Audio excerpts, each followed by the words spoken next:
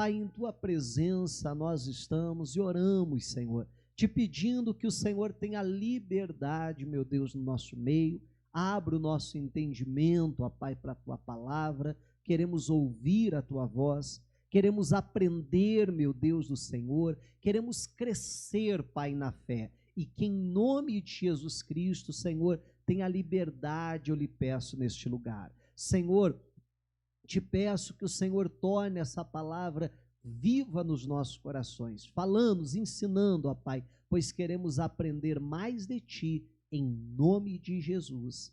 Amém e glórias a Deus. Então, Hebreus capítulo 6, versículo 1, diz assim: por isso, deixando os princípios elementares da doutrina de Cristo, avancemos para o que é perfeito, não lançando de novo a base. Aí vem a lista dos princípios elementares da fé de Cristo. A base do arrependimento de obras mortas, já falamos sobre isso, e da fé em Deus, também já aprendemos. O ensino de batismos, falamos isso na semana passada, e aí chegamos na matéria de hoje, e da imposição de mãos. Aí continuando, da ressurreição dos mortos e do juízo eterno. Bom, aqui a Bíblia apresenta para nós os 6 princípios elementares da doutrina de Cristo. O beabá da doutrina de Cristo, aquilo que Paulo classificou como o leite, o leitinho, né? Aquilo que o bebê se alimenta, quem não está experimentado ali na palavra se alimenta. Quer dizer, é o mínimo que todo cristão precisa saber a respeito da doutrina de Cristo. E como eu dizia, a gente já vem aprendendo sobre isso, inclusive se você perdeu algum dos cultos, né, desses 3 primeiros que nós já ministramos nessa série, você vai lá no nosso canal do YouTube, PR Luciano Borges, entra lá, tem os cultos lá gravados, você pode assistir para você não perder nada, pegar o entendimento aí completo, então, desses princípios elementares. E aí, como eu disse, nós já falamos dos outros e hoje nós vamos falar a respeito do ensino da imposição de mãos. E me parece que da lista aqui, parece que esse é o primo pobre, é o patinho feio. Por quê? Não sei você, mas isso aconteceu até comigo. Porque muitas vezes a gente vai ler a lista e faz mais ou menos assim. Olha só, o primeiro da lista, arrependimento de obras mortas. Você pensa, não, arrependimento é importante. Não, beleza, faz parte, né, dos princípios elementares. Aí você vê fé em Deus. Não, fé em Deus também é importante. Não é assim? Aí você continua, o ensino de batismo. Você diz, bom, né, quem crer for batizado será salvo. Não, então esse também é importante. Aí você lê assim, e da imposição de mãos. Aí você dá uma coçada na cabeça. Puxa vida, mas será que esse é tão importante assim? Verdade ou não é? Aí você continua a lista, ressurreição dos mortos. Você diz, não, esse é importante. Do juízo eterno. Esse também é. Entende o que eu estou falando? Parece que o da imposição de mãos é aquele assim, é importante, mas não sei se é tão importante assim. E não é isso que muitas vezes nós fazemos? E por quê? Porque sempre quando a gente lê imposição de mãos, eu não sei você, mas a minha cabeça, né, eu penso que a cabeça da maioria dos cristãos já remete àquilo que a Bíblia diz, imporão as mãos sobre os enfermos e os curarão. Parece que é só esse versículo que a gente conhece sobre imposição de mãos. E aí logo a gente então pensa, não, a imposição de mãos é para curar o doente. E ponto. E só. Não, tudo bem, até algo importante, mas será que é tão importante assim? Porque a gente acha que é só para isso.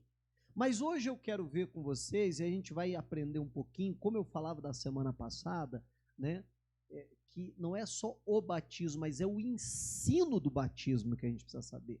E aqui segue a mesma linha, porque fala o ensino de batismos e da imposição de mãos, também se referindo ao ensino da imposição de mãos. E hoje a gente vai, então, discorrer um pouquinho sobre isso, sobre o ensino da imposição de mãos, e eu quero ver com vocês, então, principalmente esse aspecto, que impor as mãos é algo bíblico, e a gente vai ver vários e vários e vários textos que falam sobre isso. Inclusive, se prepara que a gente vai folhear bastante a Bíblia hoje, né? Porque dentro dessa dinâmica que a gente está fazendo esse estudo, então é necessário a gente ver vários textos para fundamentar bem a ideia. E a gente está fazendo um formato mais de estudo aqui mesmo, né? Então isso se faz necessário. E nós vamos ver não só como a Bíblia fala tanto sobre isso, e claro, pessoal, eu estou pegando apenas alguns versículos para fundamentar a ideia. A intenção não é encher você de versículos, mas os necessários para fundamentar a ideia. E ainda muitos outros que a gente nem colocou aqui na nossa listinha, que a gente vai passar a ver daqui a pouco. Mas a minha intenção hoje é a gente saber, no mínimo básico, a respeito de imposição de mãos, que é muito mais, não é apenas, também, mas não é apenas para curar o doente. Bom, mas vamos partir desse ponto. Se quando a gente fala em imposição de mãos, logo a nossa mente remete, imporão as mãos sobre os enfermos, então vamos partir desse ponto. Vamos começar lá em Marcos, Evangelho de Marcos, capítulo 16, versículo 17. Marcos, capítulo 16, versículo 17.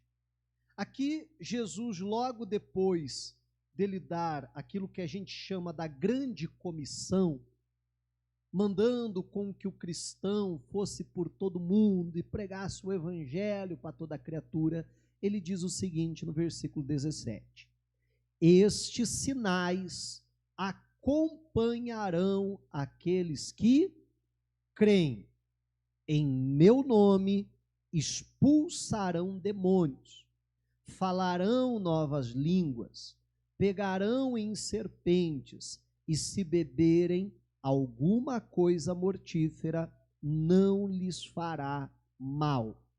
Se impuserem as mãos sobre os enfermos, pode ser, talvez, quem sabe, eles fiquem curados. É isso que a Bíblia diz? Não, o que a Bíblia diz? Eles ficarão curados. Olha só que fantástico isso aqui. A Bíblia não fala para nós fazermos uma tentativa. Põe a mão no enfermo, ora por ele, para a gente ver se dá certo. Para a gente ver se ele fica curado. Na maioria dos casos funciona.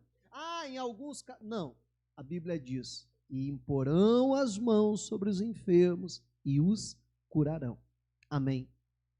Então, olha só, a imposição de mãos é sim, ou é também, como eu dizia, para que o doente fique curado. Está alguém curado, eu não só posso, mas devo ir lá e impor as minhas mãos sobre aquela pessoa, chamando a existência da cura, então, sobre aquela vida, como Jesus nos mandou. E perceba que alguns falam, alguns ensinam que só os pastores, ou só os presbíteros, ou só alguma autoridade da igreja pode impor as mãos. Entenda bem, daqui a pouco a gente vai fazer uma distinção, e eu entendo que para algumas coisas, sim, só a autoridade da igreja pode pôr as mãos. Mas para o curar o enfermo, Jesus deixou claro: aquele que crer. Qual que é a única exigência para impor a mão sobre o enfermo e ficar curado? Se eu creio. Amém? Então isso é para todo e qualquer cristão. Eu creio em Jesus, eu creio naquilo que a Bíblia diz, então eu posso impor a minha mão sobre o doente e ele ficará curado. Amém? Eu quero ver um outro texto com vocês, está aqui em Marcos ainda, a gente vai voltar um pouco, Marcos capítulo de número 6. versículo 1. Um texto interessante. Marcos capítulo 6, versículo 1. Dentro ainda desse aspecto da imposição de mãos para curar o doente. Diz assim: tendo saído dali, Jesus foi para a sua terra, e os seus discípulos o acompanharam.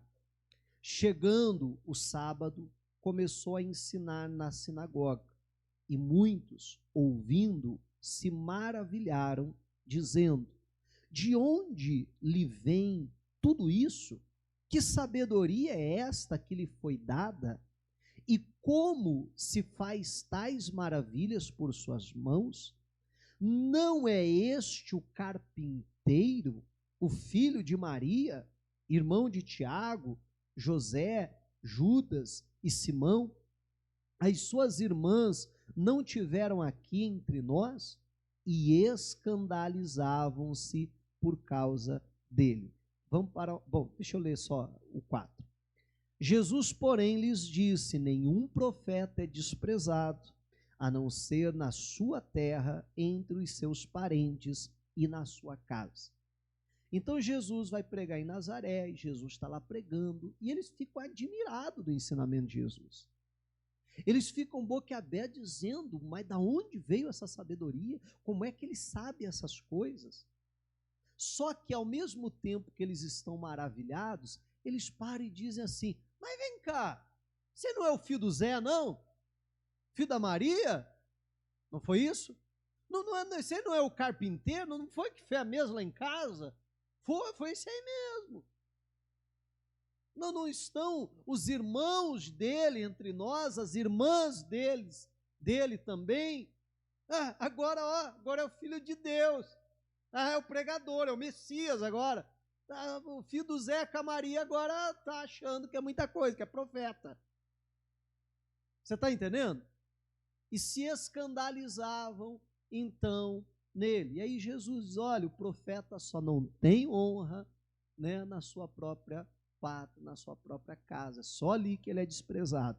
Aí versículo 5 diz assim, e aqui que eu queria chegar: não pôde fazer ali nenhum milagre. A corrigida diz, né, não pôde fazer muitos, né? Aqui diz nenhum milagre, a não ser curar uns poucos doentes. Fazendo o quê, gente? Impondo-lhes as mãos. Olha só, eu acho muito interessante esse texto, que a Bíblia diz: olha, não pôde fazer ali nenhum milagre. É como se abrisse assim um parênteses e dissesse mais ou menos assim, para não dizer que não fez nada, né? Para não dizer que não aconteceu nada, conseguiu curar ali uns poucos doentes. De que forma? De que forma? Impondo-lhes as mãos.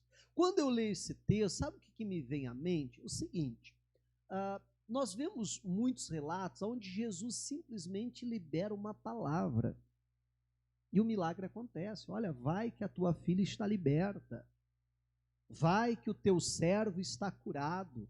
Amém, igreja? Se apresentem ao sacerdote, indo eles, ficaram curados.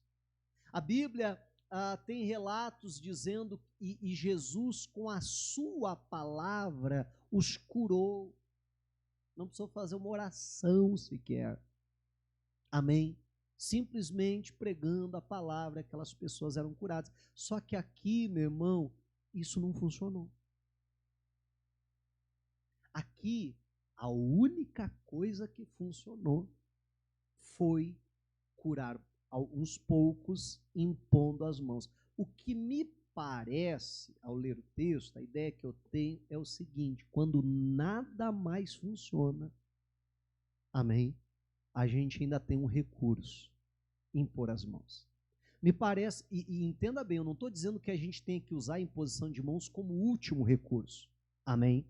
Vamos tentar tudo primeiro, se não tiver outro jeito, a gente impor as mãos. Não é isso que eu estou falando. Eu estou falando que o que me parece que quando nada mais funciona, nada mais dá certo, a imposição de mãos para curar o enfermo é algo tão poderoso, amém? É algo tão essencial que ele funciona quando outras coisas não funcionam. Então nós precisamos entender o poder que a Bíblia está nos ensinando a respeito de impor as mãos sobre alguém para curar. Como eu fazia menção em Marcos 16, que a gente leu há pouco, a Bíblia não diz impõe as mãos sobre o enfermo e vê se dá certo. Impõe as mãos sobre ele para ver se vai funcionar. Não, nós precisamos impor as mãos crendo que vai funcionar, né? Crendo, porque me parece que quando outras coisas não funcionam, a gente ainda tem esse recurso, né? Um recurso poderoso no que diz respeito a curar então os enfermos. Mas é só para isso a imposição de mãos? Não, não é. Vamos para Marcos ainda, capítulo 10 agora, versículo de número 13. Marcos, capítulo 10, versículo 13. Além da imposição de mãos ser para curar aquele que está doente, né? E repito, se eu fosse pegar textos aqui, encher você de versículo, a gente ficaria um bom tempo vendo versículo e mais versículo que fala de alguém sendo curado pela imposição de mãos, mas não é o propósito, é só esses dois textos suficientes para fundamentar bem a ideia. Mas a Bíblia também fala de imposição de mãos para outra coisa, olha só, diz assim, Marcos 10, 13. Então trouxeram algumas crianças a Jesus, para quê? Para que as abençoasse, mas os discípulos os repreendiam. Jesus, porém, vendo isso, indignou-se e disse-lhes, deixe que os pequeninos venham a mim, não os impeçam, porque dos tais é o reino de Deus. Em verdade lhes digo, quem não receber o reino de Deus como uma criança, de maneira nenhuma entrará nele. Então, tomando as crianças nos braços e fazendo o quê? Impondo-lhes as mãos, as abençoava. Então a imposição de mãos não é apenas para curar os enfermos, a imposição de mãos também é para abençoar. Amém, igreja? A gente também pode impor as mãos para abençoar, e Jesus está aqui impondo a mão e abençoando as crianças, o que me leva a crer, né, que, meu irmão, a gente precisa fazer mais isso. Todas as crianças, mas principalmente até os nossos filhos, os netos, as nossas descendências, mas não daquele tapinha na cabeça, assim, que alguns têm o costume, Deus te abençoe, meu filho. Não é aquilo, é um ato assim de costume da pessoa fazer por fazer, não, mas é fazer crendo, porque um princípio elementar da doutrina de Cristo é o ensinamento da imposição de mãos. É o entender o que é a imposição de mãos, o poder que há na imposição de mãos, e que eu posso colocar a mão sobre os meus filhos, sobre a minha descendência, abençoando a vida deles. Meu irmão, nós precisamos crer nisso, isso é doutrina de Cristo. Quem é que está fazendo isso? É Jesus que está fazendo isso. É o nosso mestre que está impondo as mãos sobre as crianças para abençoá-los. É o que eu e você também precisamos fazer, é o que a doutrina de Cristo nos ensina a fazer, o que Jesus fazia, e há pouco a gente leu, que ele está mandando a gente impor também as mãos sobre o doente para curá-los. A gente vai ver daqui a pouco, já vamos entrar mais no assunto, era o que a igreja primitiva praticava. E não só isso, não é algo apenas do Novo Testamento, mas se a gente olhar para o Antigo Testamento, não era diferente. Na verdade, aquelas pessoas do Antigo Testamento, meu irmão, tinham uma fé muito maior do que nós, no que diz respeito à imposição de mãos, no que diz respeito a pais abençoando filhos. Eu acho fantástico quando a Bíblia registra que José, ele leva os seus dois filhos, Efraim e Manassés, perante o seu pai, Jacó, né, agora já chamado de Israel, para que esse os abençoasse. E ele leva os seus dois filhos até ele, e o Jacó então, né, o Israel vai abençoá-los. E aí José vai e coloca o primogênito do lado esquerdo, e o menor do lado direito, para que a hora que impusesse as mãos, a mão direita de Israel ficasse sobre o primogênito e a mão esquerda sobre o filho menor. Só que quando Israel vai abençoar, ele cruza as mãos e coloca a mão direita sobre o menor e a mão esquerda sobre o maior. Meu irmão, aquelas pessoas, elas criam tanto nesse ato de impor as mãos, nesse ato dos mais velhos impor as mãos sobre os mais novos, sobre as gerações, né, mais antigas imporem as mãos sobre as novas gerações, que eles não só acreditavam na imposição de mãos, como acreditavam que na mão direita havia uma bênção maior que na mão esquerda. Tanto Israel cria nisso, quanto o próprio José cria nisso. Porque quando José vê Israel trocando as mãos, ele diz: não, meu pai, assim não, porque esse aqui é o primogênito, é esse que tem que receber a bênção maior, é esse que tem que a mão direita está sobre ele. E Israel o corrige e diz: eu sei, meu filho, mas eu sei o que eu estou fazendo, porque o menor vai se sobressair sobre o maior. Ele diz: eu sei que esse é o menor, eu sei que a mão direita, que tem uma bênção maior que a mão esquerda, amém, igreja? Eu sei que deveria estar sobre o primogênito, mas assim como no meu caso, que o menor é que recebeu a bênção, é essa bênção que eu tenho para ministrar, também sobre o menor. Ele diz: deixa eu trocar a mão, e assim o abençoou. Meu irmão, isso é fantástico, como eles criam na bênção de Deus. Se você olhar a bênção que Jacó recebeu, Isaac o abençoa, e o Isaac diz para ele assim: olha, eu te dou o orvalho do céu e as gorduras da terra. Meu irmão, pare e pense, que fé que é essa? Porque qualquer um no natural diz assim: não, mas o orvalho é para todo mundo, pastor. Como é que você dá o orvalho para um e para o vizinho dele não? Não, o orvalho vai descer sobre todos. Não era como aquele povo cria. Aí depois chega Esaú e diz: mas pai, se o senhor só tem uma bênção, me abençoa também. O Isaac diz assim: eu vou fazer o que por você, meu filho? Se eu já dei para o teu irmão o orvalho do céu e a gordura da terra. Se fosse outro que não crer na bênção: ah, tá bom, meu filho, eu também te abençoo. Ah, eu também dou sobre você o orvalho. Não, ele diz: eu já dei para o outro. Não tem mais para você, porque o outro que recebeu essa bênção. E aí, quando eu penso nessa questão do orvalho, né, isso é muito interessante. Uma ocasião, eu acho que não foi aqui, tenho quase certeza que não foi aqui, mas eu já preguei sobre a bênção do orvalho, é algo muito fantástico isso, né?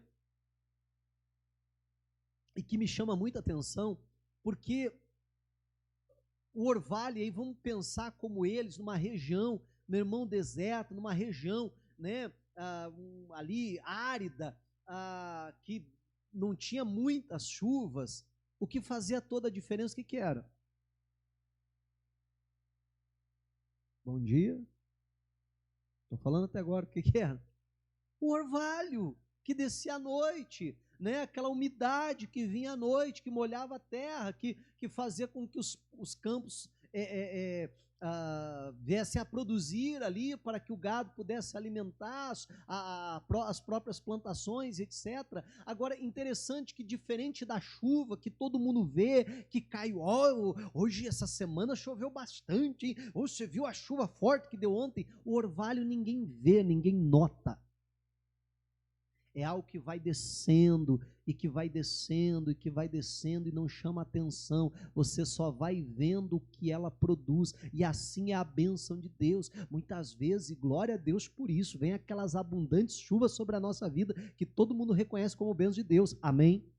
Mas Deus nos abençoa demais, como o orvalho, que ninguém está vendo, mas que vai descendo, vai descendo, vai descendo, e vai produzindo seus frutos, amém, igreja?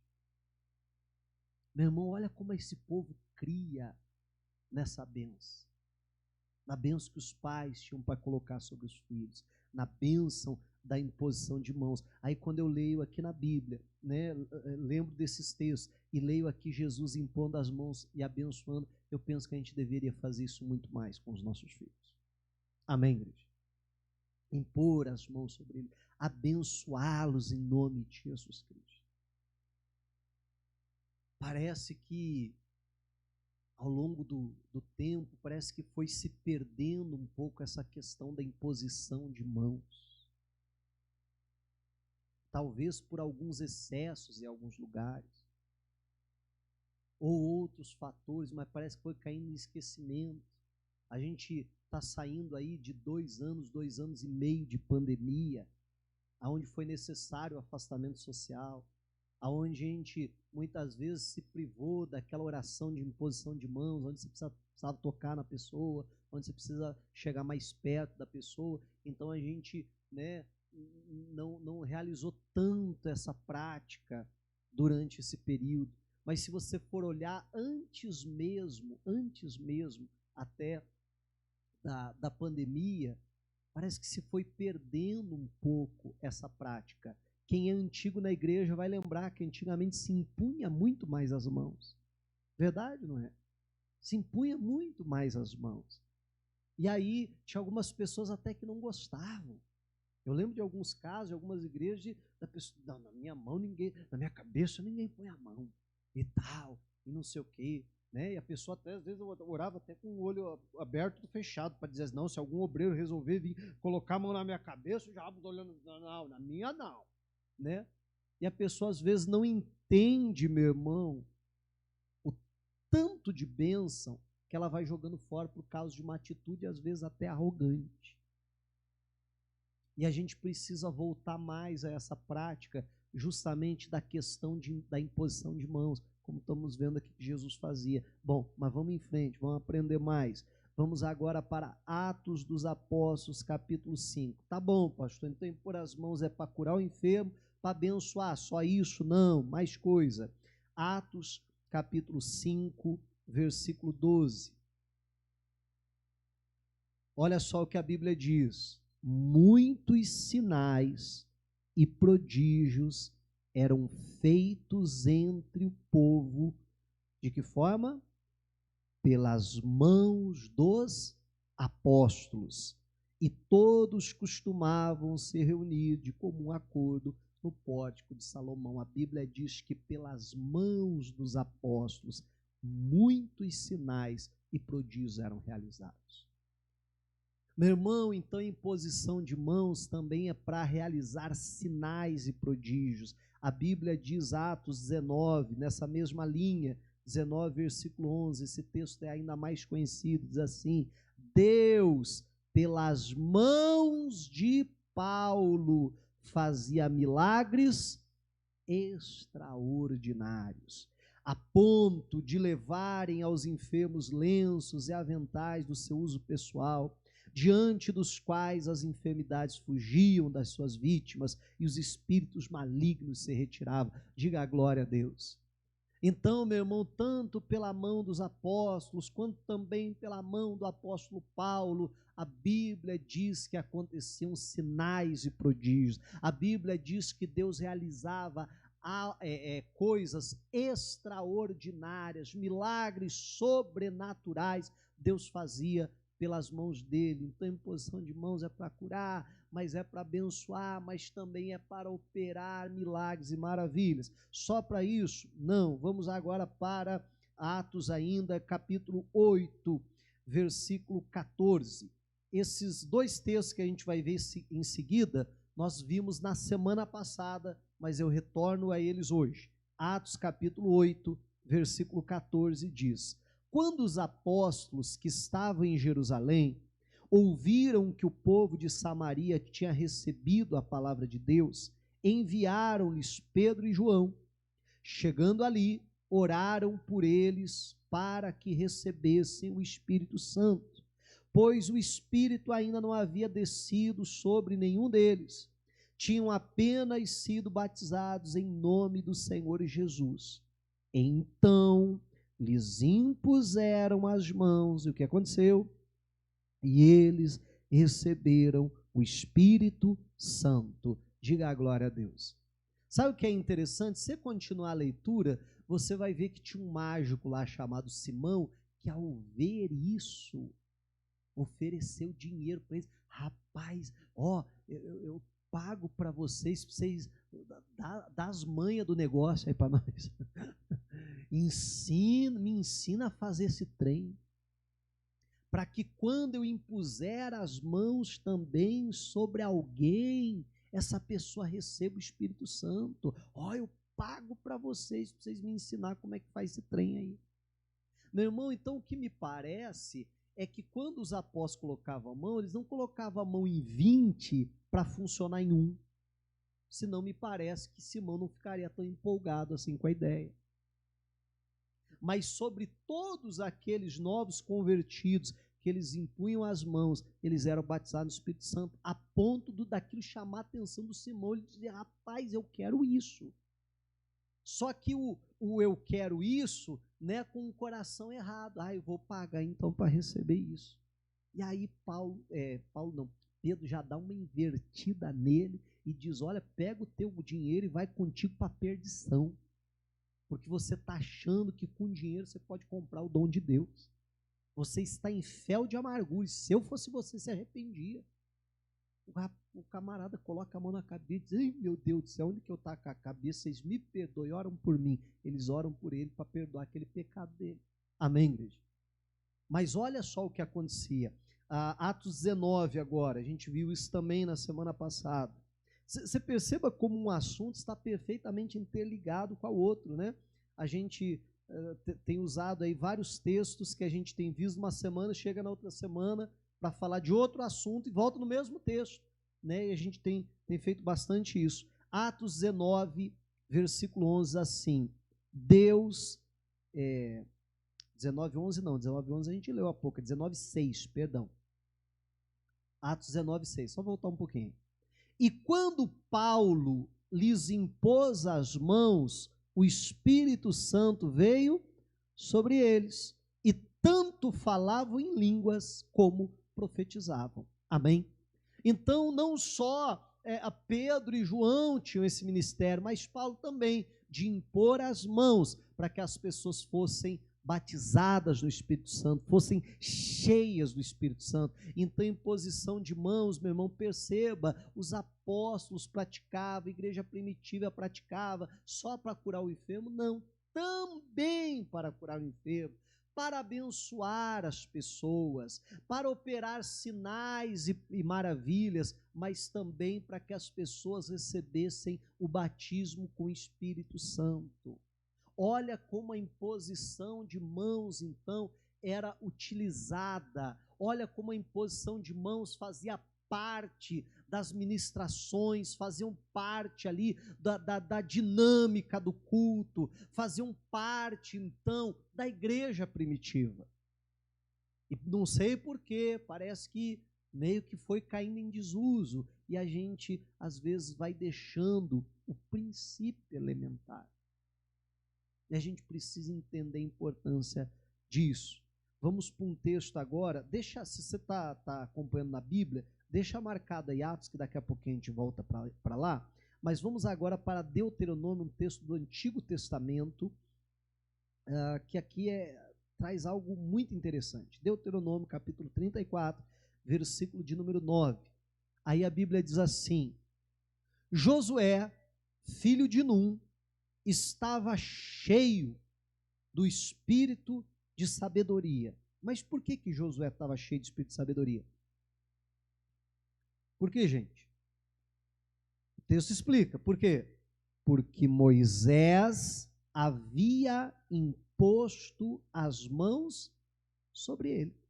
Assim os filhos de Israel lhe deram ouvidos e fizeram como o Senhor havia ordenado a Moisés. Olha só, a Bíblia diz: e Josué, filho de Num, está cheio do espírito de sabedoria. Por que ele estava cheio? Porque Moisés impôs as mãos sobre ele. Se Moisés não tivesse imposto as mãos sobre ele, ele estaria cheio de espírito de sabedoria? Não estaria. Ele só estava porque Moisés impôs as mãos. O Josué foi escolhido por Deus para ser sucessor de Moisés. Nós estamos falando do último capítulo de Deuteronômio. logo em seguida vem justamente o livro de Josué, começa a contar a história dele, quando Moisés morreu e ele passa a assumir a liderança então do povo de Deus, e Moisés vai lá e impõe as mãos dele sobre o Josué, transmitindo aquele espírito de sabedoria que ele recebeu da parte de Deus para a vida então do Josué, e o povo passa a obedecer a Josué, porque vê nele esse espírito de sabedoria que um dia havia habitado sobre Moisés. Meu irmão, olha que tremendo que é essa questão da imposição de mãos. Perceba que nós estamos falando aqui do Velho Testamento, isso não é algo apenas do Novo Testamento, isso não é invenção da igreja, isso é uma prática. Há pouco eu falava de Isaac abençoando, ou melhor, Isaac também, mas eu falava do Jacó abençoando os filhos de José dessa forma, impondo as mãos. A gente está vendo aqui um líder impondo as mãos sobre o seu sucessor para transmitir aquilo que Deus havia colocado sobre a vida dele, na vida daqueles. E é muito interessante essa questão da imposição de mãos, já que a gente está falando Moisés, né? Que não precisa, claro, a prática normal, comum é essa, eu realmente impor as minhas mãos, mas entenda que não precisa necessariamente algo físico de eu colocar a minha mão sobre a cabeça de alguém. Porque nós lemos na Bíblia de quando o povo de Israel estava saindo do Egito, os amalequitas, de uma maneira traiçoeira, os atacaram. Moisés dá uma ordem para Josué: escolha homens e saia à batalha. Eu, Arão e Hur vamos estar no cume do monte, e enquanto você vai estar na linha de frente da batalha. Josué escolhe o homem e sai para a linha de frente. Moisés sobe ao monte, ele com Josué e com Hur, num lugar onde ele ficasse elevado, num lugar onde ele conseguisse enxergar a batalha, e a Bíblia diz que quando Moisés fazia o quê? Levantava as suas mãos. Meu irmão, eu posso facilmente interpretar isso como impor as mãos sobre o povo, não indo lá cabeça por cabeça, que talvez fosse difícil. Num culto como esse, que até não tem muitas pessoas, seria fácil. Mas você já imaginou a igreja cheia, o pastor ter que colocar a mão cabeça por cabeça? A gente vai levar 1 hora. Então eu posso muito bem daqui estender as minhas mãos sobre a sua vida. Você está entendendo? Né? Não deixa de ser, de uma certa forma, a uma certa medida, uma imposição de mãos, e me parece que é exatamente o que Moisés está fazendo. Então Moisés estende as suas mãos. Quando ele levantava as mãos, o que a Bíblia diz? O povo de Israel prevalecia sobre os seus inimigos, começava a vencer a batalha, está ganhando a batalha, está ganhando, só que as mãos de Moisés cansavam. Você já tentou ficar com a mão levantada há muito tempo? Né? Cansava, e ele não aguentava, abaixava a mão. Quando ele abaixava a mão, o jogo virava. O Amaleque começava a vencer a batalha, os israelitas começavam a perder, e estão perdendo terreno, estão perdendo a batalha, tem gente caindo da batalha e tal. Então Moisés ali recuperava as forças, levantava a mão de novo. Quando ele levantava a mão, o jogo virava de novo, Israel começava a vencer, e assim ia, aquele levanta e abaixa, levanta e abaixa. Aí Arão e Hur tiveram uma ideia, arrastaram uma pedra, colocaram Moisés sentado em cima da pedra. Moisés se sentou, então ficou numa altura apropriada, aonde Arão de um lado segurou a mão de Moisés sustentando, Hur do outro lado segurou a mão de Moisés sustentando, e a Bíblia diz que porque as mãos de Moisés agora ficaram firmes sobre o povo, então Israel desfez Josué ao fio da espada. Meu irmão, e aí falando de coisas que a gente fazia, que de vez em quando, né, a gente ainda faz hoje, mas eu acho que a gente deveria fazer muito mais, né? Você lembra tantas vezes, principalmente na quarta-feira, olha, estenda as mãos em direção à sua casa, não é assim? E a gente não faz ideia, meu irmão, às vezes a pessoa até estende a mão, e se alguém perguntar para ela, por que você estendeu a mão? Ah, porque o pastor mandou, você não viu? Ele acabou de mandar ali, ó. E a pessoa não sabe nem o que está fazendo. Meu irmão, eu estender as mãos sobre a minha casa, sobre a minha família, crendo, e por isso que eu preciso aprender sobre a imposição de mãos. Por isso eu preciso crer sobre essa bênção da imposição de mãos, porque isso pode ser, meu irmão, a diferença entre a vitória e a derrota. E às vezes a pessoa está lá sendo tentada, quase cair no pecado, e as minhas mãos estendidas pode ser a diferença entre a pessoa vencer aquela tentação ou sucumbir a ela. Amém, igreja? Então nós precisamos, né, não só praticar mais isso, mas crer nisso, acreditar. Agora eu estou falando a gente como Moisés, lá em cima do monte, levantando as mãos. Mas vamos parar e pensar um pouquinho a gente como Josué, lá na frente da batalha. Quantas vezes a nossa arrogância nos faz pensar assim, né? Ih, rapaz, você viu como eu sou bom na espada? Você viu como eu lutei bem? Venci os amalequitas. E nem sabe que só venceu porque alguém lá atrás, porque tem alguém onde ninguém está vendo, amém, igreja? Com as mãos estendidas sobre a vida da pessoa. E aí vamos parar e pensar, meu irmão, quantas batalhas nessa vida a gente já venceu e ó, estufou o peito e diz, modéstia à parte, eu sou bom mesmo. E nem sabe que poderia ter até perdido a vida, porque se não fosse Moisés, Josué podia ter morrido lá embaixo. Sim ou não? E não sabe, meu irmão, que na verdade só venceu a batalha porque tem alguém com as mãos estendidas sobre a pessoa, porque alguém está lá impondo as mãos, alguém está lá sendo cobertura espiritual sobre aquela vida, e a gente precisa sempre se lembrar dessas coisas. Tomar um cuidado para a nossa arrogância, não achar, eu sou bom na espada, né? Lá, estou vencendo na vida, e às vezes a gente não lembra que tem mãos estendidas sobre nós. Amém? Que está fazendo toda a diferença na nossa vida, em nome de Jesus. Bom, vamos em frente. Além de tudo isso, que mais? Atos capítulo 6. Pedi para você deixar marcado aí que a gente ia voltar para cá. Atos capítulo 6, versículo 6. Uma outra coisa que a imposição de mãos serve, além de tudo isso que a gente já viu até agora, serve também para separar alguém para o ministério. Deixa eu contar a história, eu já vou ler o versículo 6, mas deixa eu contar a história, senão vai ficar muito vago para você. Começou a haver uma discussão entre os cristãos helenistas, né, de cultura grega, que se converteram ao evangelho, e os judeus que se converteram ao evangelho.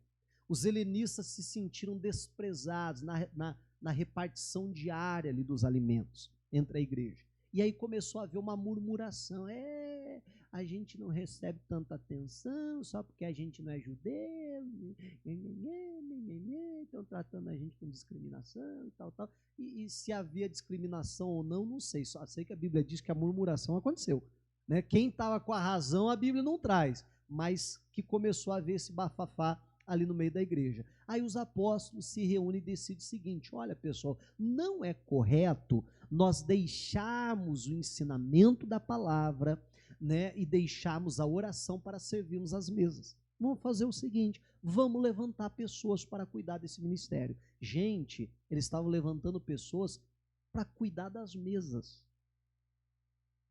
Os primeiros diáconos, eles estavam levantando essas pessoas para cuidar da distribuição de alimento, dar comida para os outros. O que talvez hoje em dia na nossa igreja, põe esse irmão mesmo, que ele não está fazendo nada mesmo.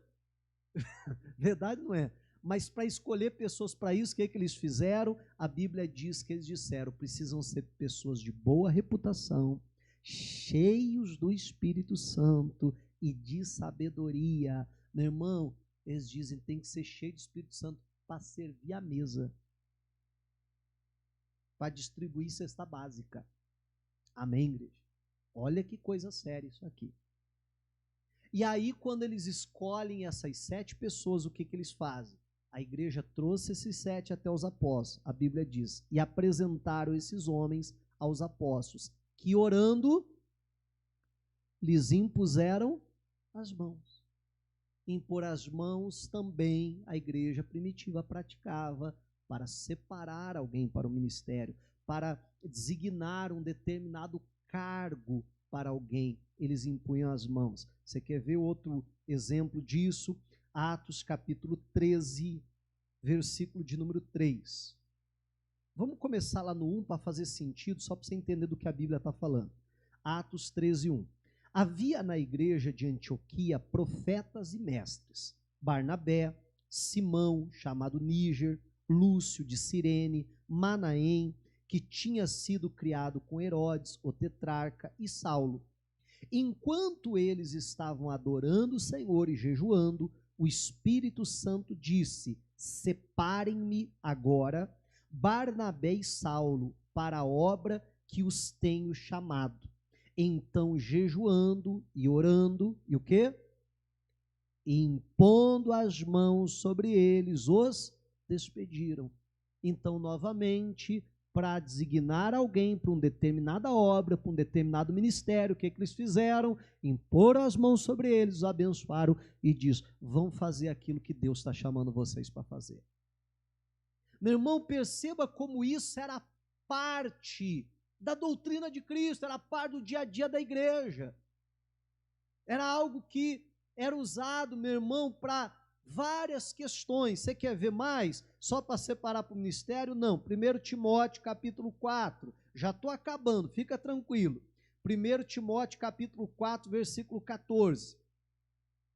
Diz assim: não seja negligente para com o dom que você recebeu, o qual lhe foi dado mediante profecia, com a imposição das mãos do presbitério. Meu irmão, a igreja, né, o presbitério ali, que é a liderança da igreja, impunha as mãos, não só para separar para o ministério, não só para enviar alguém, mas para conceder dons espirituais sobre aquela pessoa. Paulo está dizendo: Timóteo, não seja negligente com o dom de Deus que está em você, porque esse dom que você recebeu da parte de Deus, você recebeu mediante profecia, com a imposição das mãos do presbitério. Aí a gente vai para 2 Timóteo, que é o livro aí do lado, capítulo 1, versículo de número 6, e Paulo, ele diz o seguinte: por esta razão venho lembrar-lhe que reavive o dom de Deus que está em você. O quê? Pela imposição das minhas mãos. Olha que Paulo está falando: ô Timóteo, há um dom de Deus sobre a tua vida. Esse dom que você recebeu, como? Pela imposição das minhas mãos. Aí quando a gente lê nas epístolas de Paulo, Paulo dizendo à igreja: olha, eu quero ir ter com vocês para comunicar com vocês algum dom. Amém, igreja? Algo que eu recebi da parte de Deus e que eu quero impor as mãos para transmitir, para conceder esse dom. A imposição de mãos também, então, concedia dons. Amém, igreja? Olha que fantástico, então, isso aqui. E aí que eu fico pensando, né, que alguém vai impor as mãos sobre a pessoa. Não, na minha cabeça eu não impõe as mãos. Aleluia, porque eu sou muito santo. Meu irmão, olha tudo que a pessoa pode estar jogando fora. Amém? Olha só isso.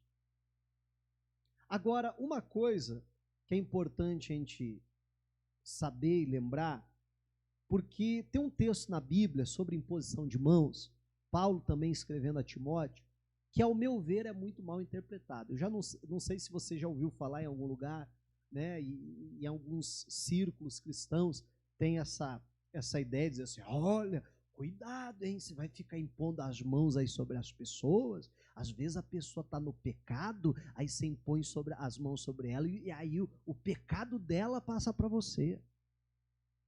Cuidado, hein, a pessoa está lá com um problema na vida, a pessoa está passando por uma situação, aí você impõe as mãos sobre ela e aquilo pode passar para você. Cuidado, hein, a pessoa está lá carregada, perturbada, endemoniada, você põe a mão sobre ela e aí vai que a coisa ruim passa para você. Gente, tá feio o negócio, né? Você já imaginou? O camarada está tudo ruim, perturbado. Aí eu imponho as mãos sobre ele. Em vez da unção que está sobre mim, daquele que está sobre mim, libertar o outro, é o outro que está perturbado, que passa a perturbação dele para mim. Eu estou ruim mesmo, hein? Gente do céu. Mas não sei se você já ouviu falar sobre isso. Eu já ouvi falar sobre isso. E algumas pessoas, né, falam isso usando esse texto. Vamos voltar para 1 Timóteo, capítulo 5, versículo 21, se baseando nesse texto aqui. Agora, diante de tudo que você já ouviu até aqui, eu acredito que você vai ler o texto e você, assim, ó, de cara, numa leitura simples, vai entender do que o texto está falando. Mas, de qualquer forma, vamos lá, vamos ver. Diz assim: diante de Deus e de Cristo Jesus e dos anjos eleitos. Rapaz, o que vai vir em seguida é sério, hein?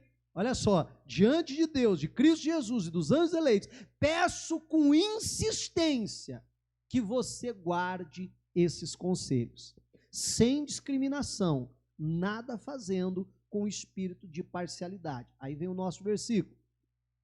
Não tenha pressa para impor as mãos sobre alguém. A corrigida diz: não imponhas precipitadamente a mão. Aí, olha só, não seja cúmplice dos pecados dos outros, conserve-se a si mesmo puro. A Bíblia traz uma advertência para nós com relação à imposição de mãos.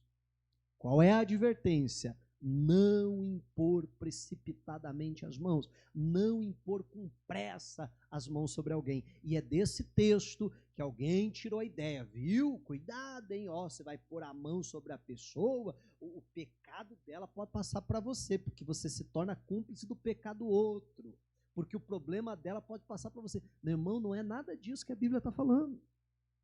E aí a gente precisa fazer uma distinção. Aqui, e basta você pegar o contexto, é muito simples. Você vai ver que o que está sendo falado, o que vem sendo falado antes, é das exigências para ser um presbítero. É disso que está tratando. Mas aqui não está falando de você impor as mãos sobre um doente para curá-lo. Não é sobre isso que está falando. Não está falando de você colocar as mãos sobre alguém para abençoá-lo. Não está falando de você colocar as mãos sobre alguém para a pessoa receber o Espírito Santo. E assim por diante. O que está se falando aqui, o assunto é você impor as mãos para separar alguém para o ministério. Você impor as mãos para conceder algum dom sobre a pessoa. E aqui sim eu entendo que, obviamente, só a liderança da igreja que pode fazer isso. Aqui sim eu entendo, né, que é o princípio bíblico, o maior abençoa o menor. Amém? E é disso que Paulo está falando. Paulo está dizendo, olha, você vai consagrar alguém ao ministério, separar alguém do ministério, não imponha precipitadamente a mão. Respeite o tempo. Por isso que em outros textos a Bíblia diz para não colocar nenhum neófito, nenhum novo convertido, que ainda não foi experimentado na fé. Amém? Olha que coisa séria que a Bíblia está dizendo aqui. Então, é sobre isso que a Bíblia está falando. É você colocar alguém que não está preparado, que não está pronto. Aí a pessoa vai lá e faz uma bobagem. E comete um pecado, escandaliza um monte de gente. Eu sou cúmplice porque eu enviei. Porque eu impus as mãos. Porque eu coloquei naquele cargo. Porque eu comuniquei aquele dom sobre aquela vida. Você está entendendo? E é nesse aspecto. Por isso que está dizendo, não seja cúmplice do pecado dos outros. Conserve-se a si mesmo puro. Olha, você vai impor as mãos sobre alguém, consagrando alguém ao ministério, isso é coisa séria. Não põe qualquer um. Porque senão você vai ser culpado. Eu até contava no culto da manhã que a minha esposa já me ouviu falando isso muitas vezes. Às vezes acontecem certos problemas, certos escândalos na obra, de alguém ir lá e fazer uma bobagem enorme, e às vezes por conta daquela bobagem que a pessoa faz, escandaliza um monte de gente. Bobagem que entenda pecado, e não só isso, né? Mas qualquer erro grosseiro. E às vezes por conta disso, às vezes a pessoa acaba com uma igreja. E aí as pessoas olham e dizem, que absurdo, você viu a meleca que fulano fez? Repito que a minha esposa já me ouviu falando isso muitas vezes. em diversas ocasiões eu falei, o problema não é só aquela pessoa. O problema é que alguém colocou a pessoa lá. Você está entendendo? A pessoa não estava naquele cargo porque ela tirou da cabeça dela que tinha que estar lá. Alguém enviou. Alguém pôs as mãos.